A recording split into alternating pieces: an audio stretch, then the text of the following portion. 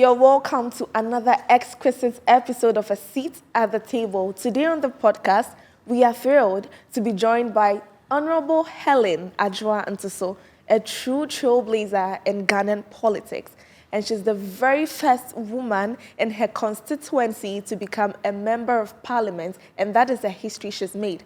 That is in the Krachi West constituency. She's served multiple terms in parliament and has held key leadership roles, including Volta and Eastern Regional Minister. She's currently the chair of the Gender and Children and Social Welfare Committee, and this person is Honorable Helen Ntoso. So, Honorable, we would want to know how did you start?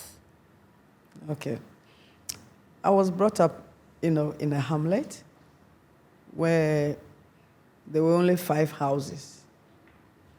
Thatched houses, no electricity, no good drinking water. I was, myself and my siblings were walking 4 miles, carrying big pans to fetch water. And before you follow my father to the farm. So, like I said earlier, I was brought up in a hamlet where there was no light. But my father, like I said earlier, my late father, really encouraged us that even though we were in a village, we were in a hamlet, if we are focused on what we want to do, we can make it in life. So, Honorable, we would want to know if there was any key defining moment that shaped you to become who you are today. Yeah, actually, when I talk about this, at times I get a bit, I become a bit nervous. But now I've overcome that. You know what? I was trained in 1982. My first posting was Accra. Okay. So I was teaching in the cluster of schools at Kaneshie. And then during the revolution, the young ones, some of us were caught up, this is a young soldier who has taken over the country. So some of us were excited. So even though I was a teacher, I left the classroom and joined the revolution. So I had my parliamentary training, and I was posted to Nkwanta, where I was a border patrol officer for 9 years. But can you believe that after 9 years helping in the revolution, in 1992, when we moved from the revolutionary era to constitutional era, they forgot about me, and I was home for 5 good years without a job. I felt so disappointed that for all the work I did, if I was even schooling for the 9 years, I would have gotten somewhere. I did all this, but at the end of it, I was without a job for 5 years. So from 1992, when the civil defense, I was with the civil defense. When the civil defense became defunct, I was without a job. From 1992 to 1997, I was then, that was when I was appointed as a district coordinator, National Disaster Management Organization, NADMO. Okay. 1997. 98, 99, 2000, 3 years, when my party lost, I was fired. I was fired. The one after me died. My sister, who was taking care of the family, died after 3 years. My father was so worried that when my brother died in 94, my sister died in 98, my father was so worried that the following year, 99, my father died. In 2000, I was fired. So I thought that was the end of my life. But then I pursued. I said, no, I will not end my life because of this. I will have to make sure that I make it in life. With all what I've gone through, I know I will make it.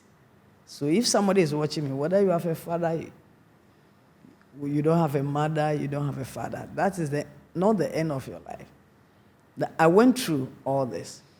But then, at the end of it all, victory has been mine. Amen. Very, very sad moments in my life, but here I am. I've been able to make it with the grace of God. You being the very first woman from your constituency to serve as a member of parliament, what did that milestone mean to you personally and to the girls and women in your community? It means so much to me. Being the first female MP since 1992. It has not been easy. My late father was very, very instrumental, in shaping me, because he taught me, before even I got to school, to hear of this saying that what men can do, women can equally do it, and even do it better. I learned it from my father. And when I got to school, even that was post-secondary, before I got to know about this. But then my father had already taught me. My father was training me like the boy of the house, teaching me how to climb coconut trees, teaching me how to climb mango trees. And these ones were meant for boys. You come from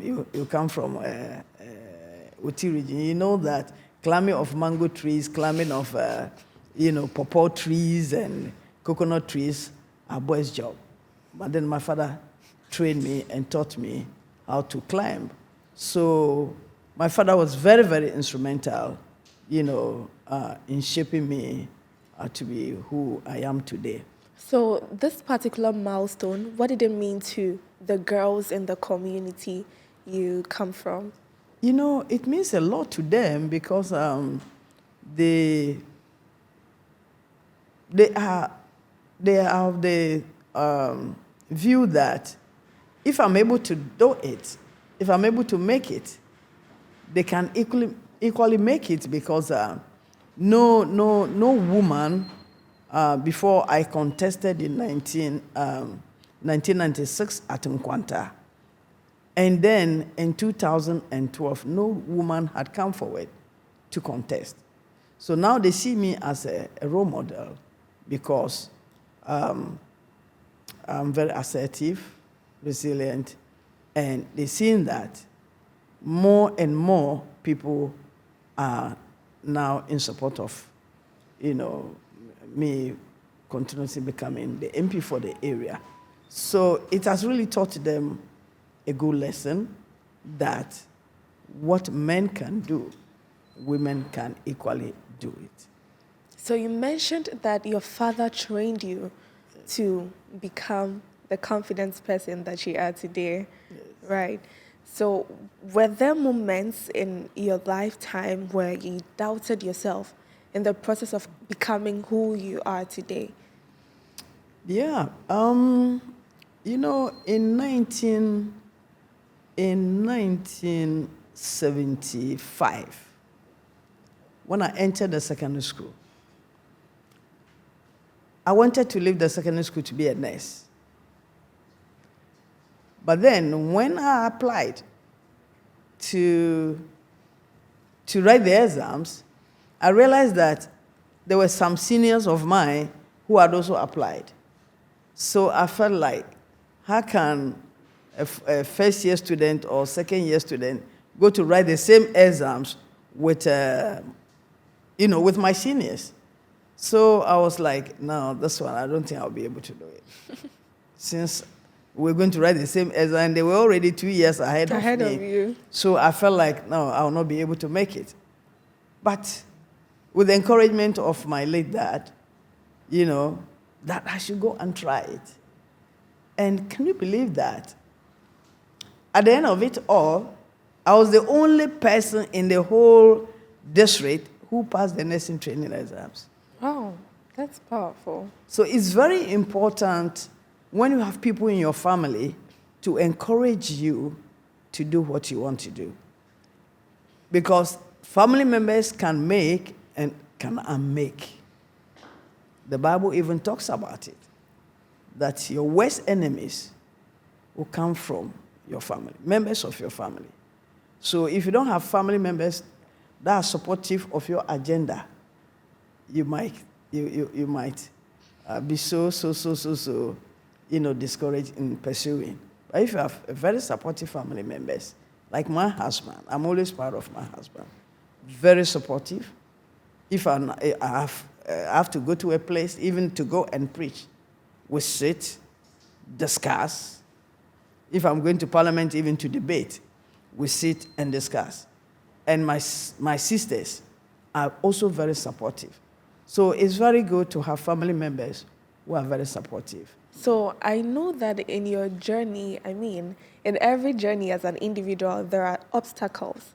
So we would want to know the obstacles, like the biggest obstacles you faced in your journey to Parliament. The biggest obstacle is our culture, our beliefs and norms. It's not easy when you are brought up in a community where they do not see the importance of a woman being a leader. It's a very big obstacle. And it's a belief, it's the culture of the people. And it's very difficult to probably change the perception of people. If the perception of people is that a woman cannot make it, if the perception of the people is that, like when we're growing up, an uncle of mine told my dad that, why do you waste your money to take care of girls? They will soon become pregnant and come back home. Do you get me? So my father says, okay, I'll take care of them. If they become pregnant, they should come back. They should come back home. But I want to encourage them. So this is what happens when you are pursuing an agenda and then you have obstacles like cultural belief, the belief system of the people, the norms in the society. I went to a community and there was a guy who was leading a campaign against me that their religion does not permit a woman to be a leader. So, you've got to then be very strong, firm to break. So I can say that I managed to break the glass ceiling. And how did you do that? How did I break the glass ceiling? I broke the glass ceiling when I felt within me that I would be able to lead a people. So I encourage myself. Determination. Determination, and then you've got to be focused. If from that time till today, if I say that this is what I want to do, I do not allow people to encourage me, to discourage me. Okay. You are not a walkover. You will excel. Okay. But the moment they do it to you, and then you sort of shrink, you are scared because people are talking about you. You cannot make it. The moment you buy into it, you'll not be able to make it. So I didn't buy into this cultural beliefs and norms of the society. I didn't buy into it. That's why I was able to break the glass ceiling. That's wonderful. So you often say that girls must be tough. And what does it mean for a girl to be tough in this current Ghana? This current Ghana, what I mean by girls will have to be tough is that you have to be resilient. You have to be focused. You have to be determined. You have to be prayerful. And also, above all, what you need to do is that you have to put the fear of God in you, in whatever you do. Put the fear of God in you. Because He is the one that can protect us. God can give you ideas as to what you should do. So this is what I advise the youth, usually when they come to me and I'm talking to them, this is what I tell them. Be determined, be tough. And being tough means that just go ahead with what you want to do. Do not allow people to discourage you. be focused. Because when you do that, they start calling you names. And at times, name calling discourages people. Yeah. In politics, they call women who are into politics, they call their names. Oh, is a prostitute, is this, is that.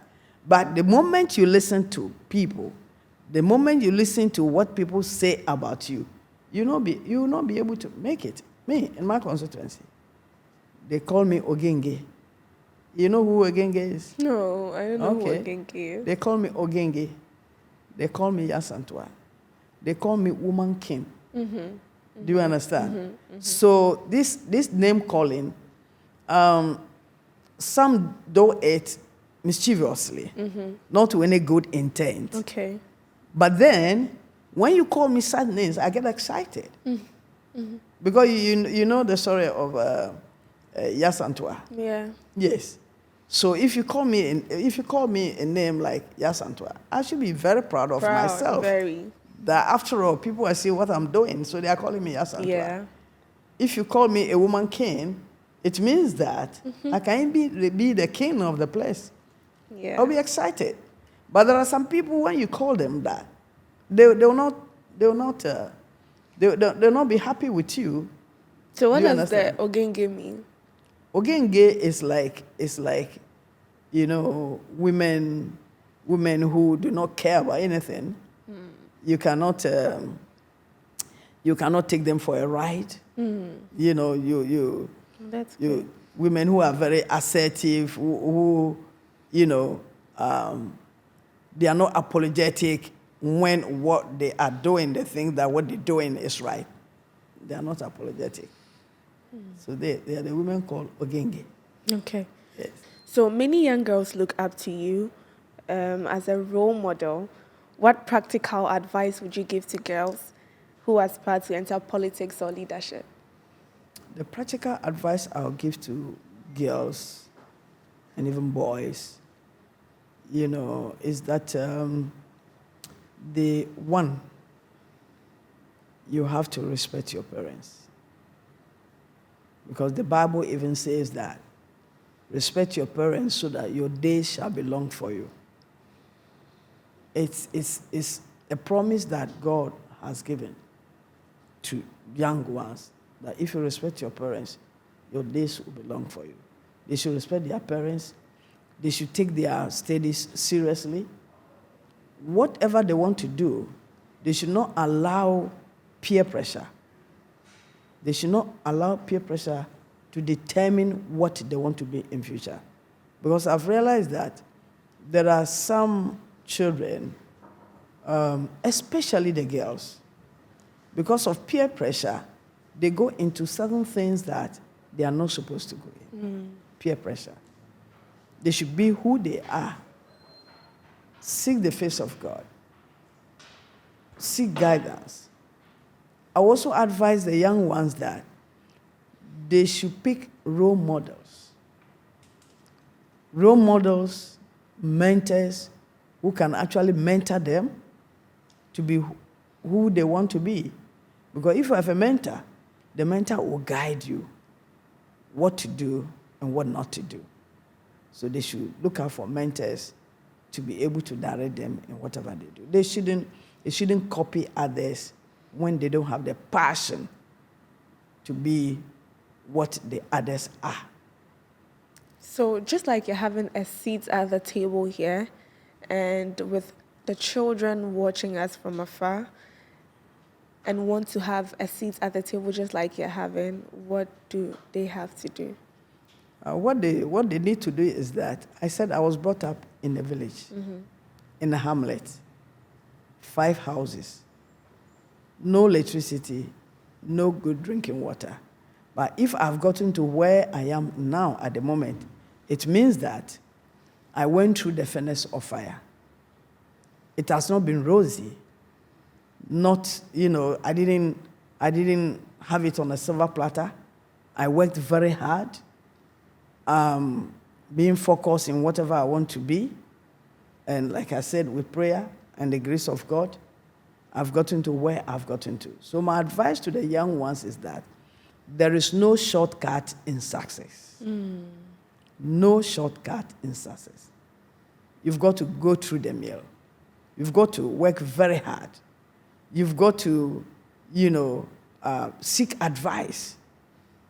You've got to pick a mentor, somebody who will be your mentor, somebody who will guide you, step by step. You have to go step by step. You don't have to jump the gun. Go step by step. You'll be able to make it in life. Thank you. Seek guidance, be prayerful, and study very well. Today we've come to the end of this beautiful and wonderful episode of A Seat at the Table with Honorable Helen Ntoso. Thank you. We'll see you next time.